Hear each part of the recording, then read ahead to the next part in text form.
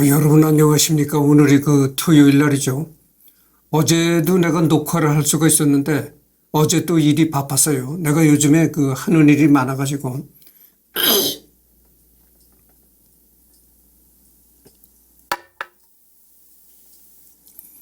그래서 이제 오늘 녹화를 하게 됩니다. 이게 뭐냐면 이게 커피입니다. 오늘이 2026년 7월 18일 오전 8시 44분을 지금 시계가 가리키고 있습니다. 여기를 할 차례죠. 가톨릭 1520년의 교황 교서에서는 루터를 하나님의 포도밭을 파헤치고 다니는 야생 멧돼지에 비유했으며 19세기 시인이자 예수의 사제인 제라드 맨리 홉키스는 독일의 난파에서 루터를 폐목재 짐승에 빗대었다. 요하네스 얀센은 중세 후기 교회는 당시 성서 번역 작업과 종교 예술계의 만개, 경건한 서적의 출판 등으로 스스로 정화할 수 있는 충분한 동력을 갖추고 있었다면서 루터의 결정적인 오류는 이런 자원들이 이미 작동하고 있음을 보지 못한 데 있었다고 말한다. 그런 점에서 루터는 교회의 전통을 무자비하게 공격하며 중세 문화를 파괴했다고 정도로 비판한다. 그러니까 이 루터를 비판하는 사람들은 이런 식으로 비판을 했다는 거죠. 굳이 루터가 종교개혁을 일으키질 않았어도 자정 능력에 의해서 스스로 이제 가톨릭이 잘못된 것을 고치고 바로잡는 그런 자정 능력에 의해서 스스로 제대로 됐을 텐데 괜히 이제 일을 벌려가지고 루터가 그렇게 종교개혁을 했다 이런 얘기죠.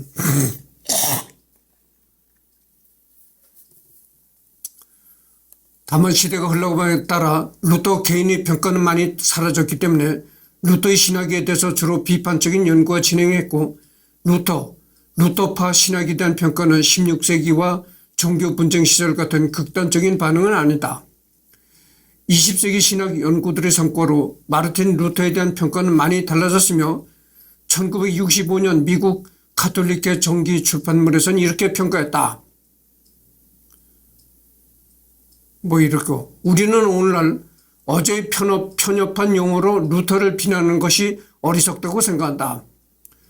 마르틴 루터라는 인물도 예외 없이 역사 속에서 희미하게 되었기 때문에 대부분의 가톨릭 인사들은 루터 개인과 루터주의를 구분하고 있으며 일단 가톨릭 교리에 맞서서 루터의 교리 자체는 옳지 않지만 의도했던 그렇지 않았던 결과적으로 가톨릭 교회에 자극을 줬고 가톨릭 교회 변화에 영향을 줬다는 점까지 인정하고 있다. 간단하게 말해서 위대하다고 말하지는 않지만 아무튼 거대하다고 말하는 셈이다. 그래서 가톨릭 교회의 교리와 역사를 더 잘 이해하기 위해 루터를 읽어볼 것을 권하는 가톨릭 사제와 신학자들은 있다. 개신교의 주장에 맞서서 가톨릭 교회 역시 교리와 논리를 정비하여 치열한 반박으로 교회의 신학이 발전했기 때문에 가톨릭 신학자들은 루터의 인용이 많고 그러기 위해선 많이 읽을 수밖에 없다. 이 얘기가 이제 그런 겁니다. 어쨌든 간에 그 루터가 가톨릭을 개혁하는 그런 일에 나섰기 때문에 가톨릭계에 자극을 준 것만은 분명하다 이런 얘기죠. 충격을 준 것만은 분명하다 이런 얘기죠. 그 사람이 어떤 자극이나 충격을 받아 정신을 차리는 겁니다. 그렇잖아요. 그래서 그 예전에 그 선생님들이 휘초리 들고 제자들을 때린 게 뭐겠습니까? 충격요법이거든. 이렇게 때려서 아픔을 느끼면은 정신이 바짝 드는 거야. 그래서 이게 내가 열심히 해야 되겠구나 이런 생각이 든다는 거죠. 그게 바로 충격요법인 겁니다. 이 루터가 오래가는 게 계속 루터만 내가 앵무새처럼 얘기하면 오래갈 것도 없어요. 근데 내가 이 주변에 내 얘기를 자꾸 이제 하니까 오래갈 수밖에 없는 게 이 충격요법이라는 게 절실히 필요한 겁니다.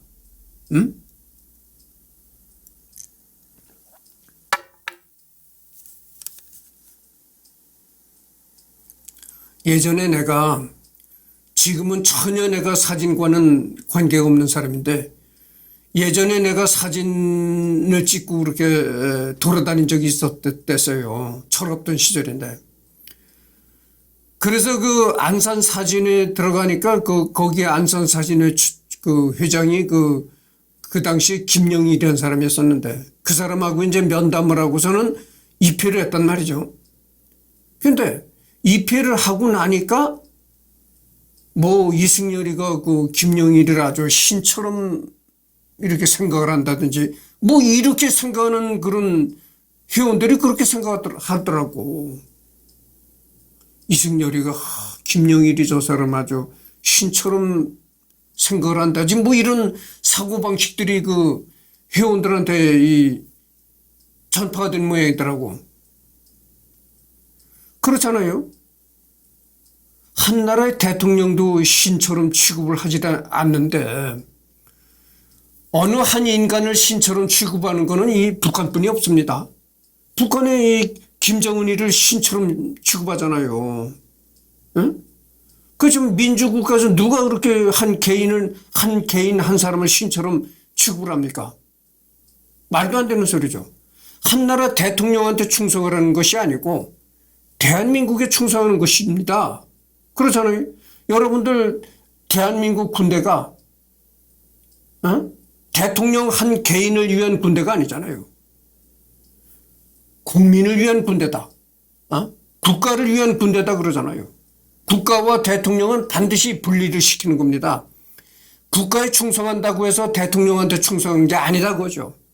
그래서 내가 거기서 김영일 그 사람이 그 당시 회장이었었는데 그 사람하고 면담을 하고 입회를 하니까 아니 이승열이가 그 김영일을 아주 신처럼 생각을 한다네.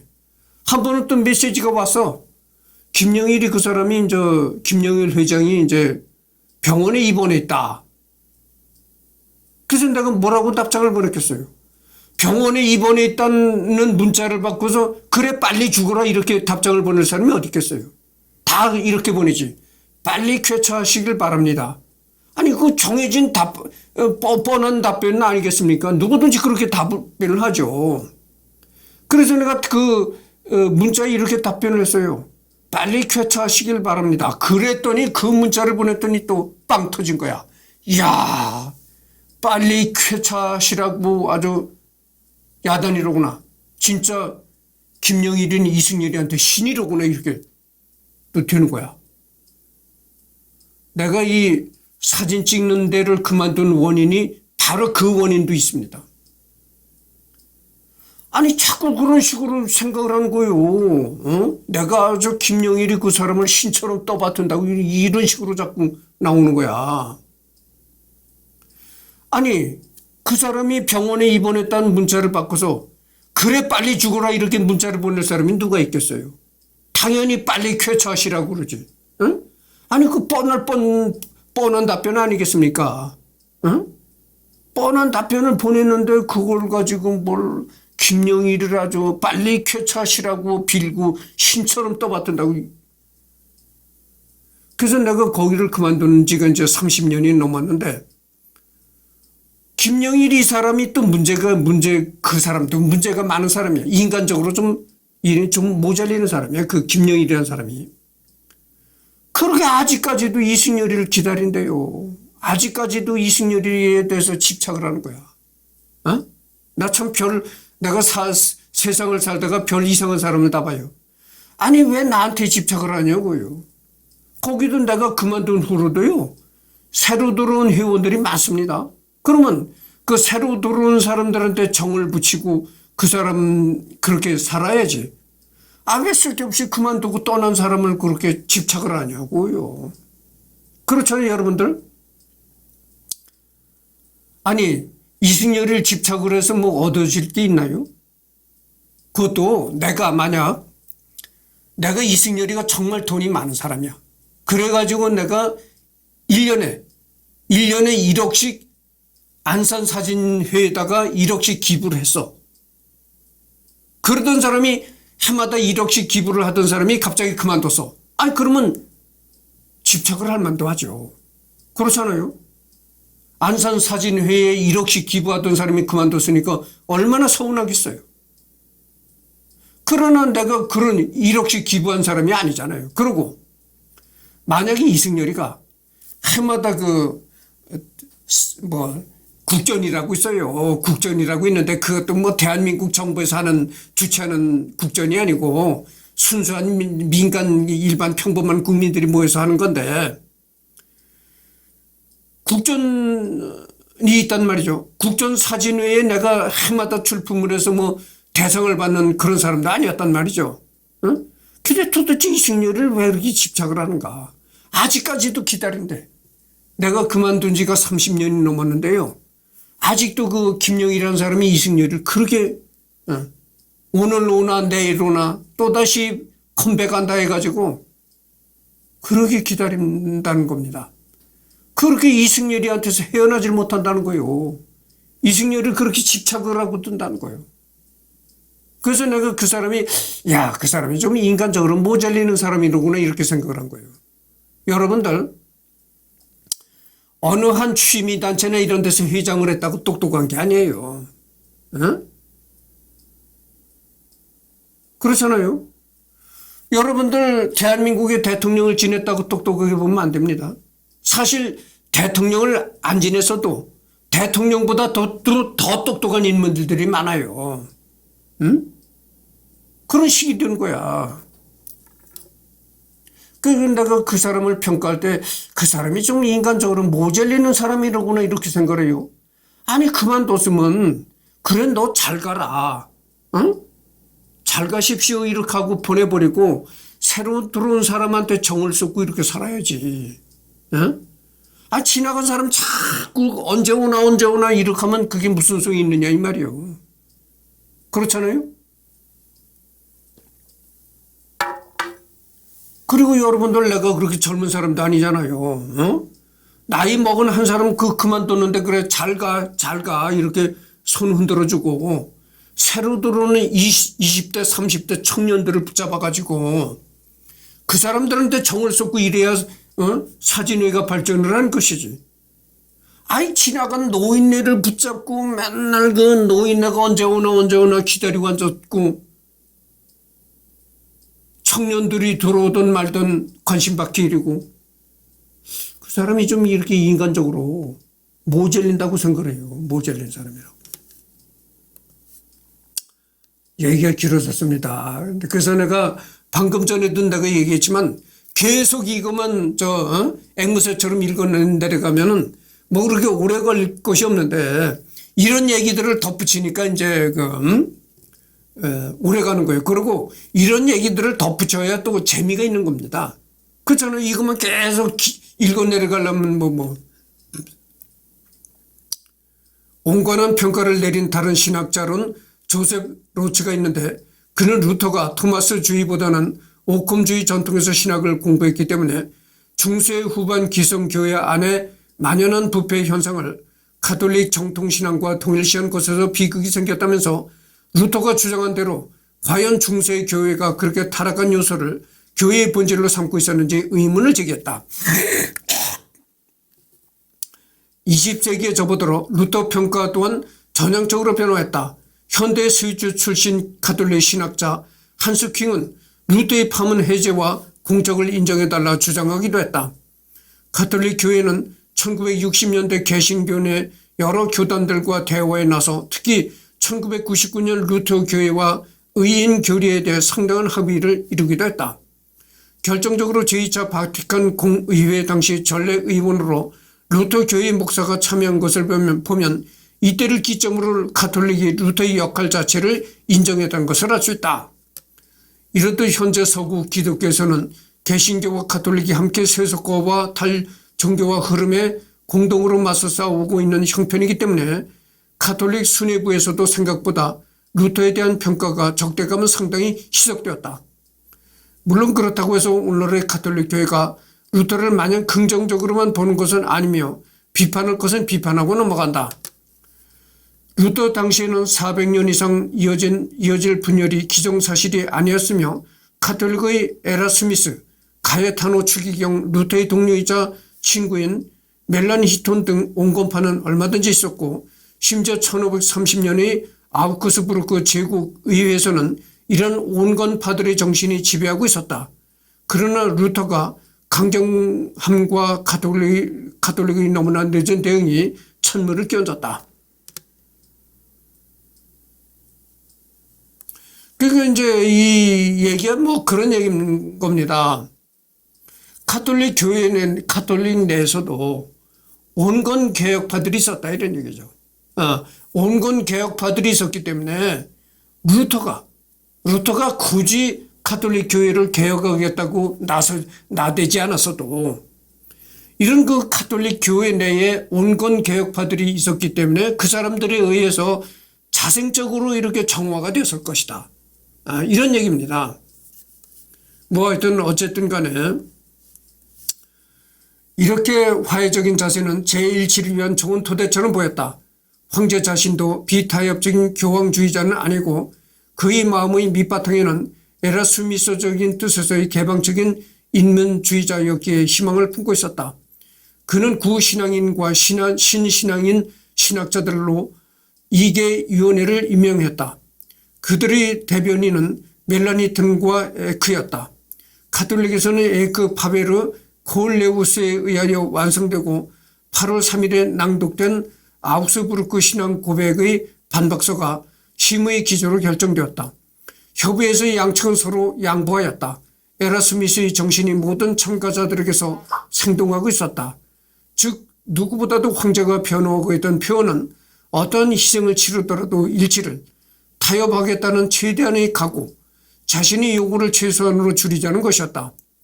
결국 5가지만이 논점으로 남았는데 그것은 평신도의 성렬 배령, 사제의 결혼, 수도 서약, 그동안 프로테스탄트 영주들로부터 약탈당한 교회 재산의 반환, 미사의 희생적 성격, 미사 전문에서 표현되어 있는 것처럼 이었다. 전 4가지 논점은 교회의 규율과 관련된 것이었고 마지막 논점만이 신앙과 관계된 것이었다. 가톨릭에서 양보의 용의가 얼마나 컸는지는 황제가 1530년 9월 14일 캄페조 교황 사절에게 위에서 지적한 마지막 논점들도 프로테스탄트에게 동의를 주기를 바란다는 청원과 함께 대리를 파견한 사실에서 가장 잘 확인된다. 교황 사절은 거부하였다. 그러나 그가 보고를 보낸 로마에서는 기대를 걸었다. 교황 클레멘스는 당시 가장 위대한 신학자 중 하나인 가에티노 추기경에게 조언을 청하였다.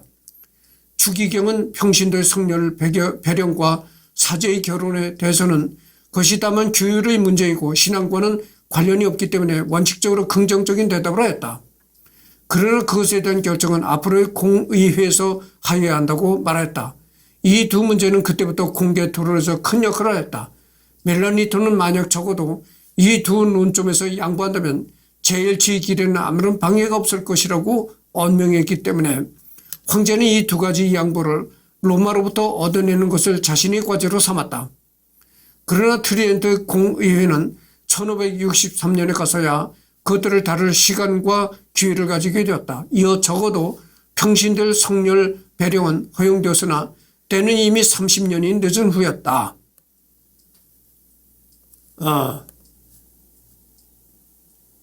그러니까 뭐 이걸 보면 말이죠. 이 사제 결혼 문제. 그러니까 신부나 수녀는 이 독신으로 사는 걸 원칙으로 하잖아요. 그런데 이 신부와 수녀가 결혼하는 문제에 관해서 예전부터 이 가톨릭 교회에서 여러 가지 얘기하셨다는 것이죠. 결혼하는 것도 하나의 권리인데, 권리라고 볼 수가 있잖아요. 인간으로서 권리라고 볼 수가 있는데, 그를 인위적으로 이렇게 막아서야 되겠는가? 뭐 이런 얘기가 있었다는 거죠. 그래서 신부나 수녀에 대한 결혼을 허락해야 된다. 가톨릭이 허락을 해야 된다. 뭐 이런 그런 논쟁들이 있었다는 겁니다. 그러나 여태까지 현재까지 신부나 수녀는 독신으로 사는 것을 원칙으로 하는 그런 독신주의가 이제 아직까지도 이어지고 있다 이런 얘기입니다. 1530년 아우스부르크에서는 일치에 이르지 못하였다. 그때 그곳을 지배하고 있던 정신은 멜라니톤과 에라스미스의 정신이었고 루터의 것은 아니었다. 루터는 파문된 자로서 제국의회에 참석할 권리가 없었다. 그러나 그는 코부르크 요새로부터 토의 과정을 대단히 정확하게 지켜보았고 계속된 서신교환으로 자신의 신봉자들에게 영향을 미쳤다. 멜라니 히톤의 양보에 대하여 그는 신랄한 비난만 하였다. 또한 그는 어떠한 대화도 근본적으로 거부해왔다. 그는 8월 26일 아우스부르크로 작전 선제부에게 다음과 같은 편지를 보냈다. 나는 교리 일체에 관한 토의에 대해서는 도무지 좋아하지 않는다. 이런 얘기했습니다. 또한 루터가 가톨릭 교리를 자주 왜곡하여 이해하여 허수아비 공격의 오류를 범했음을 지적한다. 여기에는 중세 가톨릭의 구조적인 미흡함도 한몫하는데 중세 가톨릭은 교통통신 행정력의 문제 때문에 근대의 가톨릭보다는 신학적인 명료함이 부족했다. 이는 각 지역 신학자들의 자율성을 높여준다는 장점이 있었지만 훗날 루터와의 논쟁에서 많은 신학적 차이들이 실제보다 과장되고 프레임화되고 슬로건화되는 원인이 된다. 안타깝게도 단순화와 프레임화는 오늘날에도 양측에서 계속되고 있다. 그러나 가령 의인론만 하더라도 양측의 차이는 생각보다 매우 미묘하다. 의인론은 기본적으로 사도 바울로가 주장한 것이고 은총으로 의인 된다는 것도 매우 아우구스티누스적인 관점이다. 과연 루터가 아우구스티누스를 온전히 잘 이해했냐고 말하면 가톨릭으로서도 할 말이 아주 많지만 아무튼 간에 가톨릭 신자가 오직 은총, 오직 믿음을 외치고 하나님 앞에서 인간은 공로가 없다고 말하더라도 그건 분명히 가톨릭 신앙에 부합한다. 또한 가톨릭은 하나님 앞에서의 엄밀한 의미의 인간 공로를 인정하지 않는다. 자세한 것은 가톨릭 문서 참고 특히 가톨릭과 루터교의 의화 공동선언은 꼭 참고할 것. 여기서 이제 이런 얘기가 나오는데, 잠깐만요. 여기서 이런 얘기가 나오는데 뭐냐면 말이죠. 하나님 앞에서 인간은 공로가 없다고 말라 하더라도,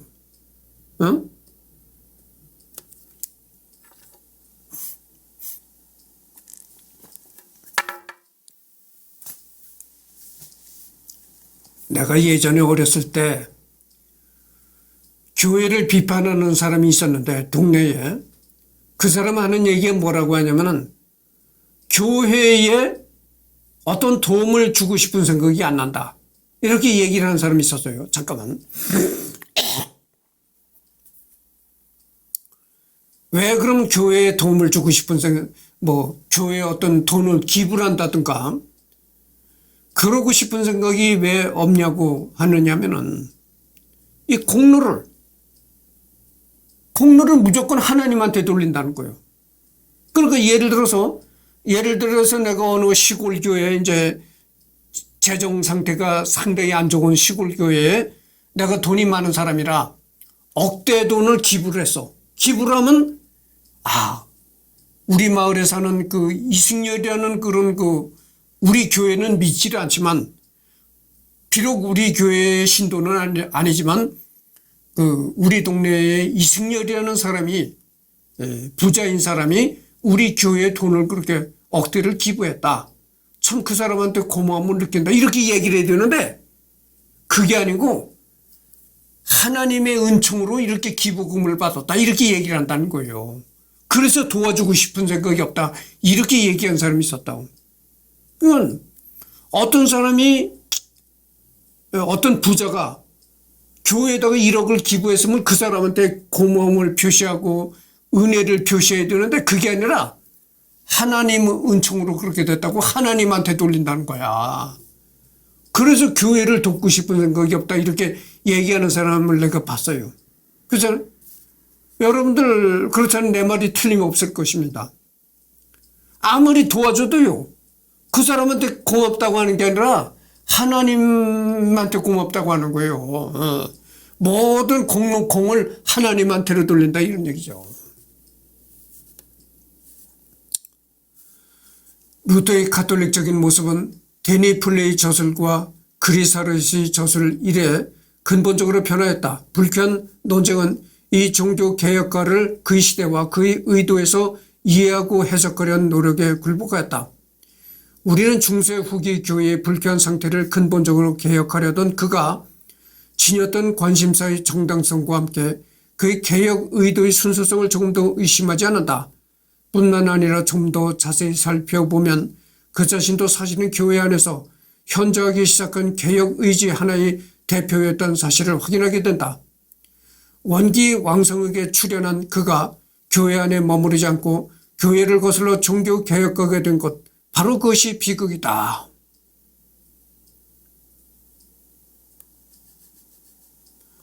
이 얘기가 그런 얘기입니다. 아까 내가 했던 얘기와 비슷한 얘기가 되는 거예요. 카톨릭이 부패했으면은 그 교회 안에서 그 부패했던 문제를 해결하려고 했어야지. 예?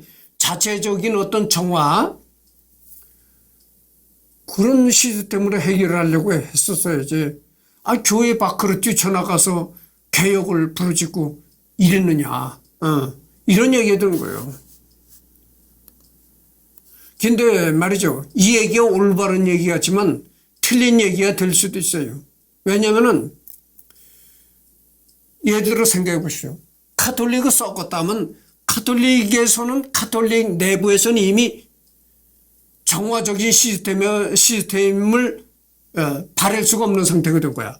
그러니까 자체적으로 정화할 수 있는, 자체적으로 잘못된 일을 이제 고칠 수 있는 개혁적인 그런 그 시스템이 없어진 거나 다름없는 거라고. 그러니까 그럴 경우에는 뛰쳐나가가지고, 일부러 뛰쳐나가가지고 개혁의 목소리를 높이고 일부에서 압력을 낼 수밖에 없다, 이런 얘기죠. 그 내부에서 자체적인 정화 시스템이 없으면은 일부러 뛰쳐나가서 공격할 수밖에 없다는 얘기죠. 루터가 1517년에 대체리 대사 거래를 반대하였을 때 그는 교회의 순수한 가르침의 대변자로서 거룩한 것들을 정말로 부끄러운 방법으로 거래하고 있는 남용을 반대하는 것으로 자각하고 있었다. 지금 그 27분을 경고하고 있습니다. 그러나 이 도미니코 회원과의 대결은 신학적 학설의 대립을 빛을 잃어버렸다. 루터의 유명론적 오컴주의적 견지에서 여러 가지 문제들이 테첼이 대표한 토마스주의적인 후기 스콜라학적인 입장과는 다르게 나타났다. 종교개혁 이전의 신학에서는 많은 문제들이 교회의 교도직에 의하여 해명되지 않고 있었다. 트리엔트 공의회가 바로 비로소 그 불확실성들을 제거하였다. 그동안 그 문제들이 학파에서 자유롭게 토의될 수 있었다. 그런 동안에 테첼이 자신의 의견을 교회의 가르침으로 주장하고 재판관처럼 루터의 대답을 도발시켰다. 루터의 대답은 그 자신의 전 기질에 상응하게 역시 일방적이고 험한 것이었다. 이리하여 학파의 논쟁에서 근본 원리적인 대결이 생겨났는데 그때 토마스주의적 입장이 순수하게만 가르쳐졌더라면 그 입장이 더 우세하였을 것이라고 우리는 오늘날 말해도 좋을 것이다.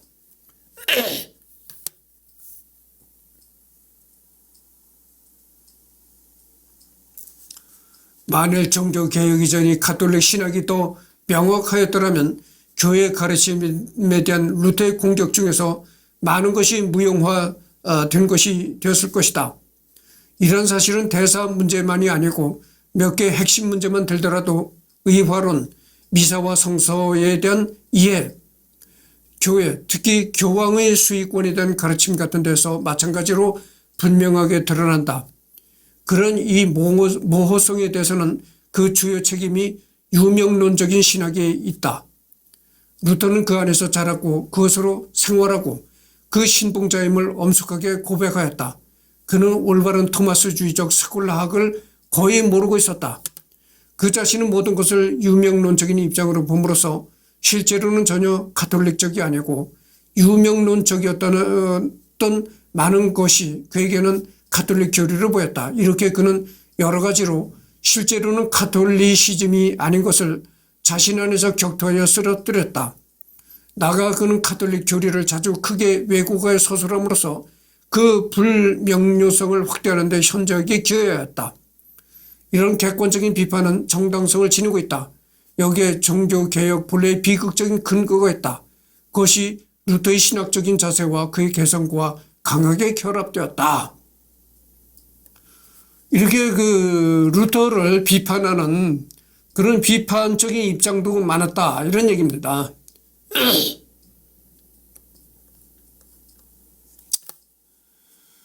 루터의 위기에 특히 중요한 계기가 된 것은 아우구스티누스가 펠라기우스를 반대하여 전개에 발전시킨 예정론과 하나님의 완전한 사랑에 대한 이해였다.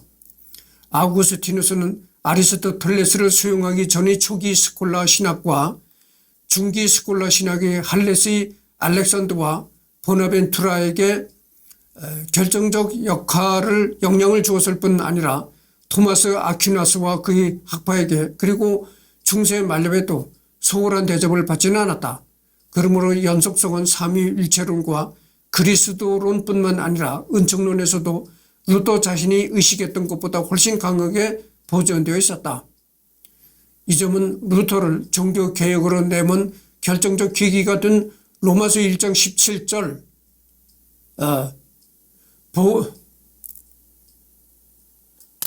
로마서 1장 17절이 그 앞에서는 어떤 죄인도 빠져나갈 수 없는 가차없이 심판하시는 하나님의 의에 관해 말한 것이 아니라 하나님의 거저 선사하시는 의에 관해 말하고 있다는 사실에 의해서도 분명히 입증된다.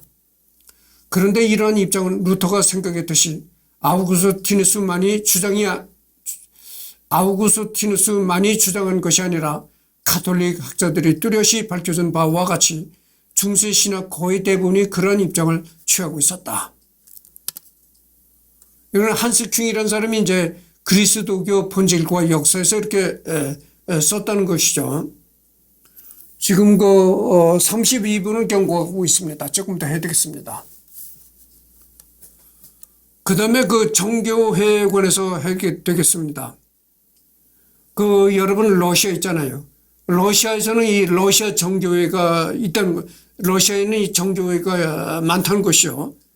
그러니까 정교회도 이 카톨릭의 하나의 분파입니다. 정교회의 경우 마르틴 루터 자신이 이 적통으로 이어받았다고 하는 아우구스티누스 신학이 아닌 동방교부들의 신학을 따르며 아우구스티누스의 신학에 비판적인 입장을 취하기 때문에 신학적으로 가톨릭보다 루터에 대해 더 강경하다. 게다가 사도 계승, 실체 변화, 교화론, 사제의 지위 등 핵심적인 교리에서 양자간의 간극은 매우 넓다. 독일 튜빙겐의 개신교 신학자들과 지식인들이 정당성과 지지를 얻기 위해 콘스탄티노플 총대주교 에레미야스 2세와 접촉했으나 에레미야스는 당대 개신교의 핵심적인 교리와 신학을 수용하기를 거부하고 사도들의 교회로 복귀할 것을 요청했다. 서신은 총 3번 오갔으나 결국 양자간의 대화는 합의를 이루지 못하고 결렬되었다.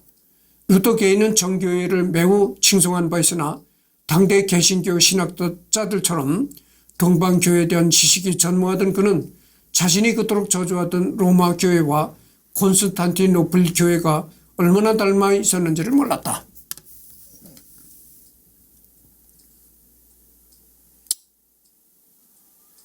한때 17세기 콘스탄티노플리스 세계 총대주교였던 기릴로스 1세가 루터와 칼뱅을 비롯한 종교 개혁가들의 신학에 큰 영향을 받아 정교회의 교리를 바꿔보려 시도했지만 실패했다.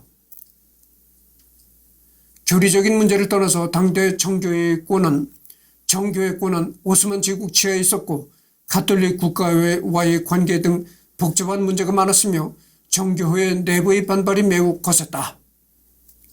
현재 한국 정교회 암브로시오스 대주교는 가톨릭 사제 루터가 당시 성직자와 부패에 반발한 것을 높이 평가합니다. 그렇지만 이때 루터가 새로운 교회를 세우지 않고 초대 교회로 돌아왔다면 더 좋았을 것이라고 생각합니다. 일치해야 하니까요 라고 평가한 바 있다. 여기서 그가 말한 초대 교회란 동서대분열이 발생하기 전을 의미한다.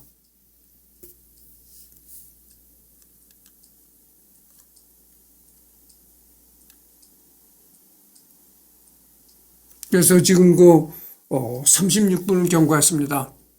그래서 여기서 끝내고 오리엔트 정교회는 이제 오후에 또 녹화할 기회가 있으니까 그때 하도록 하겠습니다.